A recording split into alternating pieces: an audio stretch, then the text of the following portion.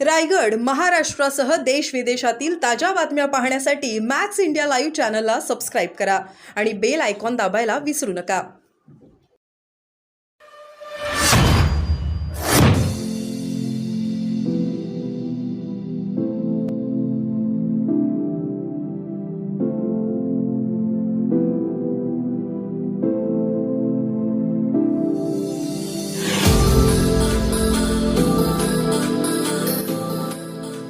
आज तुम्ही रत्नागिरी जिल्ह्यात सिंधुदुर्ग 2 दौऱ्यावरती आहात.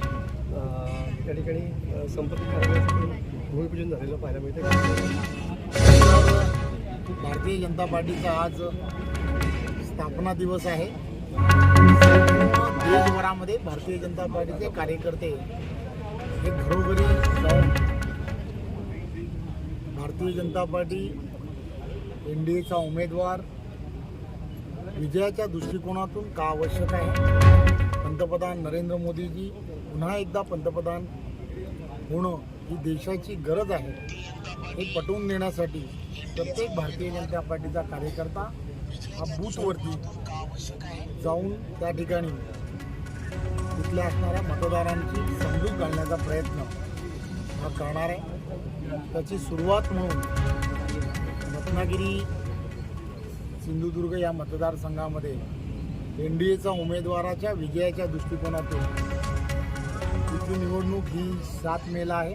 त्यामुळे महायुतीचं कार्यालय हे कुठेतरी मध्यभागी किंवा मध्य जे स्थान असेल रत्नागिरीमधलं त्या ठिकाणी इथे व सिंधुदुर्गामध्ये वेगवेगळ्या ठिकाणी असलं पाहिजे.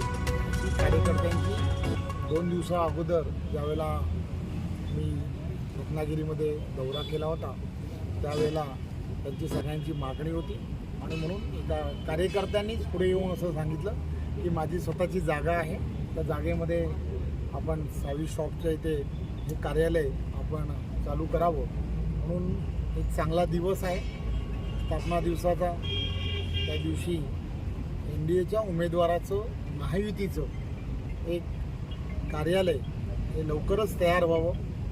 कार्यालय तयार करण्यासाठी सुद्धा 5-6 दिवस लागतील. त्यामुळे या सगळ्या गोष्टीची तयारी करणं हे अत्यंत गरजेचं आहे. त्यामुळे आज या कार्यालयाचा जे भूमिपूजन ज्याला म्हणतात त्या भूमिपूजनाचा कार्यक्रम आज कार्यालयातील सर्व पदाधिकारी आणि यांच्या उपस्थितीमध्ये सर, श्रीकांत शिंदेची उमेदवारी या ठिकाणी जाहीर झालेली पाहायला मिळते आहे. स्वतः फडणवीसांनी नागपूरमधून ही उमेदवारी जाहीर केलेली पाहायला मिळते. काय सांगाल, कल्याणमधून श्रीकांत शिंदेला उमेदवारी मिळालेली आहे? खरं तर डॉक्टर श्रीकांत शिंदे हे NDAचे उमेदवार आहेत. हे गेल्या काही महिन्यांपासून मी असेल डॉक्टर श्रीकांत शिंदे आम्ही दोघांनी एकत्र भारतीय जनता पार्टीच्या महायुतीच्या सगळ्या बैठका घेऊन आम्ही लोकांनी ऑलरेडी 2 महिन्या अगोदरच NDAचा उमेदवार म्हणून त्यांच्या कामाला सुरुवात केली आहे. खऱ्या अर्थाने आज त्यासाठी शिक्कामोर्तब झालेला आहे. ऑलरेडी त्या मतदारसंघांमध्ये कल्याण लोकसभा मतदारसंघामध्ये डॉक्टर श्रीकांत शिंदे त्यांची हॅट्रिक होणारच आहे. महायुतीचे सर्व कार्यकर्ते त्या ठिकाणी ऑलरेडी कामाला लागलेले आहेत. त्यामुळे मला असं वाटतं की आज खऱ्या अर्थाने स्थापना दिवसाच्या निमित्ताने ती NDAचा उमेदवार म्हणून त्यांची घोषणा झाल्यामुळे भारतीय जनता पार्टीच्या कार्यकर्त्यांमध्ये पण विशेष असा आनंद. सर, एकीकडे कार्यालयाचं इथल्या भूमिपूजन झालेलं आहे, मात्र दुसरीकडे महायुतीचा उमेदवार काही अद्याप जाहीर झालेला नाही. काय सांगाल? मी हेच सांगण्याचा प्रयत्न करतो आहे. महायुतीचा उमेदवार हा केंद्रीय सर्व आमचं असणारं पार्लमेंटरी बोर्ड असेल, महाराष्ट्रातील असणारे शिंदेसाहेब असतील, फडणवीस साहेब असतील, अजितदादा या सगळ्यांच्या एकत्र अशा त्यांच्या सर्वांच्या बैठकांमध्ये त्या कॅन्डिडेटबद्दल सर्वसार विचार केला जातो आणि तो विचार करून उमेदवार डिक्लेअर करण्याची प्रक्रिया ही होत असते.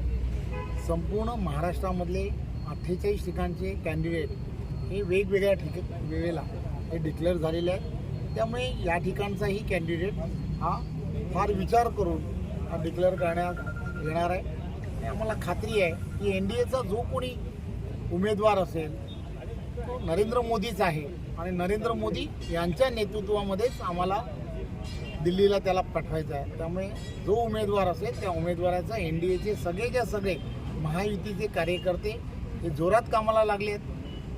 काम करत असताना कुठेही संभ्रम नाही, काही अडचण नाही. महायुतीचा उमेदवार पक्षश्रेष्ठींनी डिक्लेअर करायचा आहे. डिक्लेअर केल्या त्या उमेदवाराचं काम करायचं आहे. परंतु सद्यस्थितीत सुद्धा महायुतीचंच काम हे सर्वजण करतायत.